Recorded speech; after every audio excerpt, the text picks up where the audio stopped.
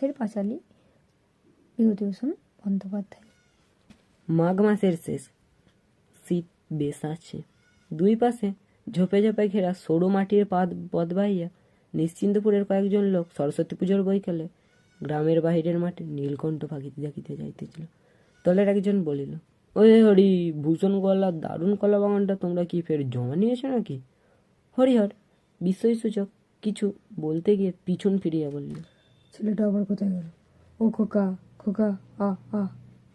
পথের বাঁক আড়াল হইতে একটি 6-7 বছরের ফুটফুটে সুন্দর ছিপছিপে চেহারার ছেলে ছুটিয়া আসিয়া দলের নাগাল ধরিল। হরিহর বলিল, আবার পিছিয়ে পড়লে এর মধ্যে, নাও এগিয়ে চলো। ছেলেটি বলিল, বনের মধ্যে কি গেল বাবা? বড় বড় কান। হরিহর প্রশ্নের দিকে কোনো মনোযোগ না দিয়ে নবীন পালিতের সঙ্গে মৎস্য শিকারের পরামর্শ হাঁটিতে লাগিল। হরিহরের ছেলে পুনরায় অগ্রহারের সুরে বলিল, কি দৌড়ে গেল বাবা বনের মধ্যে? বড় বড় কান। হরিহর বলিল, কি জানি বাবা, তোমার কথার উত্তর দিতে আমি আর পারিনি। সেই বেরিয়ে অবধি শুরু করেছো, এটা কি ওটা কি, কি গেল বনের মধ্যে তা কি আমি দেখেছি? নাও এগিয়ে চলো দেখি।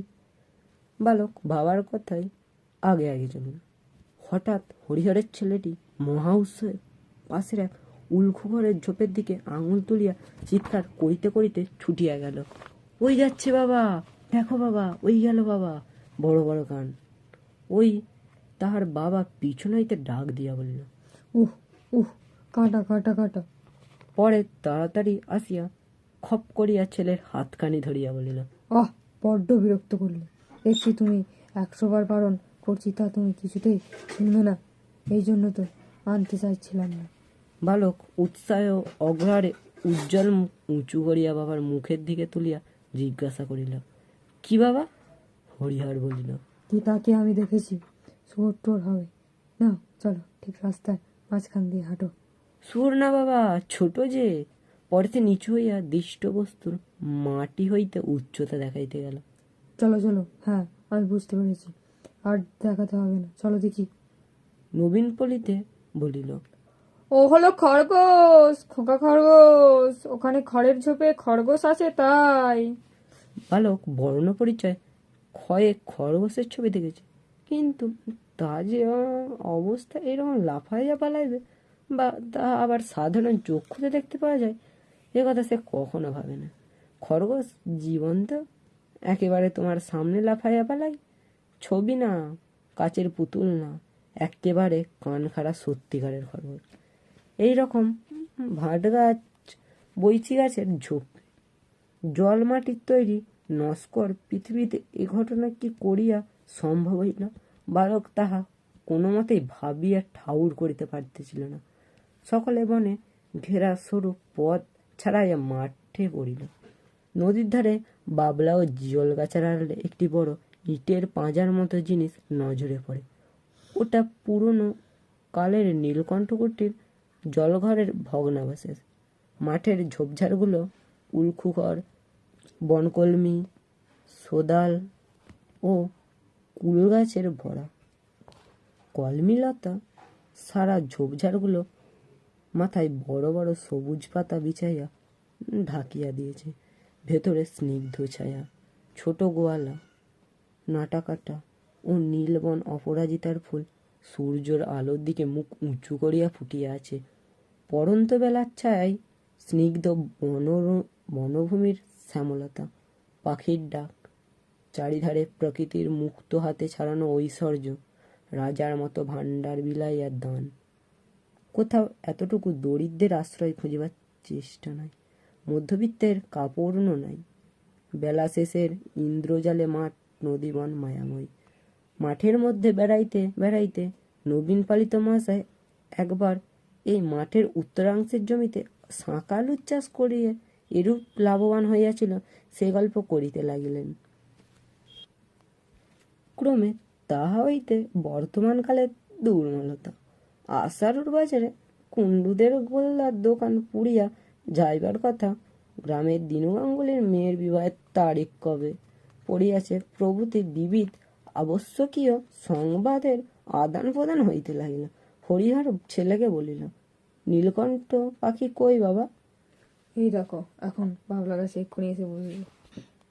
বালক মুখ উঁচু করিয়া নিকটবর্তী সমুদয় বাবলা গাছের মাথার দিকে চাহিয়া দেখিতে লাগিল। মাঠের ইতস্তত নিচু নিচু কুল গাছের অনেক কুল পাকিয়া আছে। বালক অবাক হইয়া লুব্ধ দৃষ্টিতে সেদিকে চাহিয়া চাহিয়া দেখিল। কয়েকবার কুল পাড়িতে গিয়ে বাবার বকুনিতে তাহাকে নিবৃত্ত হইতে হইল। এত ছোট গাছে কুল হয়? তাহাদের পাড়ায় যে কুলের গাছ আছে তাহা খুব উঁচু বলিয়া ইচ্ছা থাকিলেও সে সুবিধা করিতে পারে না। ভারী আকর্ষিটা দুই হাতে আঁকড়াইয়া ধরিয়া তুলিতে পারে না। কুপথ্যের জিনিস লুকাইয়া খাওয়া কষ্টসাধ্য হইয়া পড়ে। সেটা টের পাই। হরিহর বলিল, কুঠি কুঠি বলেছি, ওই দেখো খোকা, সাহেবদের কুঠি দেখছো? নদীর ধারে অনেকটা জুড়ে সেখানে কুটির প্রাগৈতিহাসিক যুগের অতিকা সিংহাসন জন্তুর কলঙ্কারের মতো পড়িয়াছিল। বালক অবাক হইয়া চারিদিকে চাহিয়া চাহিয়া দেখিতেছিল। তাহার 6 বৎসরের জীবনে এই প্রথম যে বাড়ি হইতে এত দূরে আসিয়াছে। এতদিন নেড়াদের বাড়ি, নিজেদের বাড়ি, সামনেটা বড় বাজার রানুদিদিদের বাড়ি হইয়াছিল তাহার জগতের সীমা। কেবল এক একদিন তাহার পাড়ার ঘাটে মায়ের সঙ্গে স্নান করিতে আসিয়া সে স্নানের ঘাট হইতে আবছায়া দেখিতে পাওয়া কুঠির ভাঙা জালঘাটটার দিকে চাইয়া চাইয়া দেখিত। আঙুল দিয়া দেখাইয়া বলিত, মা, ওদিকে কি সেই কুঠি? সে তাহার বাবার মুখে, দিদির মুখে, আরও পাড়ার কত লোকের মুখে কুঠির মাঠের কথা শুনিয়াছে, কিন্তু আজ তাহার প্রথম সেখানে আসা। ওই মাঠের পরে ওদিকে বুঝি মায়ের মুখে সেই রূপকথার রাজ্য, শ্যামলঙ্কার দেশ, ব্যঙ্গমা ব্যঙ্গমীর গাছের নিচে নির্বাসিত রাজপুত্র যেখানে তলোয়ার পাশে রাখিয়া একা শুইয়া রাত কাটায়। ওই ধারে আর মানুষের বাস নেই। জগতের শেষ সীমাটাই এই।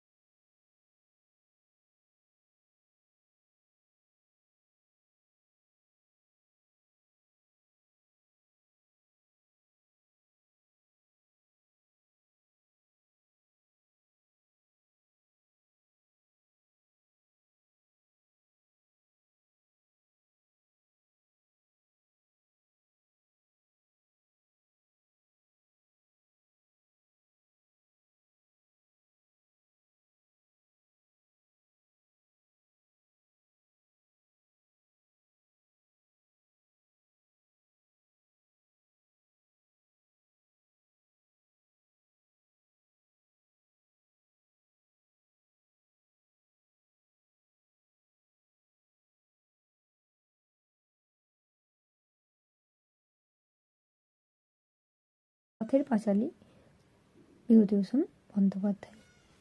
মাঘ মাসের শেষ। শীত বেশ আছে। দুই পাশে ঝোপে ঝোপে ঘেরা সরু মাটির পথ বাহিয়া নিশ্চিন্তপুরের কয়েকজন লোক সরস্বতী পুজোর বৈকালে গ্রামের বাহিরের মাঠে নীলকণ্ঠ পাখি দেখিতে যাইতেছিল।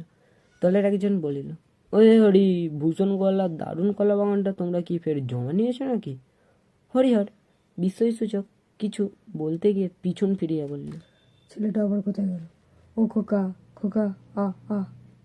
পথের বাঁক আড়াল হইতে একটি 6-7 বছরের ফুটফুটে সুন্দর ছিপছিপে চেহারার ছেলে ছুটিয়া আসিয়া দলের নাগাল ধরিল।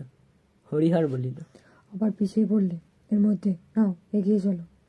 ছেলেটি বলিল, বনের মধ্যে কি গেল বাবা? বড় বড় কান। হরিহর প্রশ্নের দিকে কোনো মনোযোগ না দিয়ে নবীন পালিতের সঙ্গে মৎস্য শিকারের পরামর্শ হাঁটিতে লাগিল। হরিহরের ছেলে পুনরায় অগ্রহারের সুরে বলিল, কি দৌড়ে গেল বাবা বনের মধ্যে? বড় বড় কান। হরিহর বলিল, কি জানি বাবা, তোমার কথার উত্তর দিতে আমি আর পারিনি। সেই বেরিয়ে অবধি শুরু করেছো, এটা কি ওটা কি, কি কালো বনের মধ্যে, তা কি আমি দেখেছি? নাও, এগিয়ে চলো দেখি। বালক বাবার কথায় আগে আগে চলল। হঠাৎ হরিহরের ছেলেটি মহা উৎসাহে পাশের এক উল্খু ঘরের ঝোপের দিকে আঙুল তুলিয়া চিৎকার করিতে করিতে ছুটিয়া গেল। ওই যাচ্ছে বাবা, দেখো বাবা, ওই গেল বাবা, বড় বড় কান। ওই তাহার বাবা পিছন হইতে ডাক দিয়া বলিল, উহ উহ, কাঁটা কাঁটা কাঁটা। পরে তাড়াতাড়ি আসিয়া খপ করিয়া ছেলের হাতখানি ধরিয়া বলিল, আহ, বড্ড বিরক্ত করলে। দেখছি তুমি 100 বার বারণ করছি, তা তুমি কিছুতেই শুনবে না। এই জন্য তো আনতে চাইছিলাম না। বালক উৎসাহ অগ্রহারে উজ্জ্বল মুখ উঁচু করিয়া বাবার মুখের দিকে তুলিয়া জিজ্ঞাসা করিল, কি বাবা? হরিহর বলিল, কি তাকে আমি দেখেছি, শুয়োর টোর হবে। না, চলো, ঠিক রাস্তায় মাঝখান দিয়ে হাঁটো। সুর না বাবা, ছোট যে। পরেতে নিচু হইয়া দৃষ্ট বস্তুর মাটি হইতে উচ্চতা দেখাইতে গেল। চলো চলো, হ্যাঁ, আমি বুঝতে পেরেছি, আর দেখাতে হবে না, চলো দেখি। নবীন পলিতে বলিল, ও হলো খরগোশ, খোকা খরগোশ, ওখানে খড়ের ঝোপে খরগোশ আছে তাই। বালক বর্ণ পরিচয় ক্ষয়ে খরগোশের ছবি দেখেছে, কিন্তু তা যে অবস্থা এরকম লাফাইয়া পালাইবে বা তা আবার সাধারণ চক্ষুতে দেখতে পাওয়া যায়, এ কথা সে কখনো ভাবে না। খরগোশ জীবন্ত একেবারে তোমার সামনে লাফাইয়া পালাই, ছবি না, কাচের পুতুল না, একেবারে কান খাড়া সত্যিকারের খরগোশ। এইরকম ভাট গাছ, বৈচি গাছের ঝোপ, জল মাটির তৈরি নস্কর পৃথিবীতে এ ঘটনা কি করিয়া সম্ভব হইল? বালক তাহা কোনো মতেই ভাবিয়া ঠাউর করিতে পারিতেছিল না। সকলে বনে ঘেরা সরু পথ ছাড়াইয়া মাঠে পড়িল। নদীর ধারে বাবলা ও জিয়ল গাছের আড়ালে একটি বড় ইটের পাঁজার মতো জিনিস নজরে পড়ে। ওটা পুরনো কালের নীলকণ্ঠকুটির জলঘরের ভগ্নাবশেষ। মাঠের ঝোপঝাড়গুলো উল্খুঘর, বনকলমি, সোদাল ও কুল গাছের ভরা। কলমিলতা সারা ঝোপঝাড়গুলো মাথায় বড় বড় সবুজ পাতা বিছাইয়া ঢাকিয়া দিয়েছে। ভেতরে স্নিগ্ধ ছায়া, ছোট গোয়ালা, নাটাকাটা ও নীলবন অপরাজিতার ফুল সূর্যের আলোর দিকে মুখ উঁচু করিয়া ফুটিয়া আছে। পড়ন্ত বেলার ছায়ায় স্নিগ্ধ বনভূমির শ্যামলতা, পাখির ডাক, চারিধারে প্রকৃতির মুক্ত হাতে ছাড়ানো ঐশ্বর্য, রাজার মতো ভাণ্ডার বিলাইয়া দান। কোথাও এতটুকু দরিদ্রের আশ্রয় খুঁজিবার চেষ্টা নাই, মধ্যবিত্তের কাপড়ও নাই। বেলা শেষের ইন্দ্রজালে মাঠ, নদীবন মায়াময়।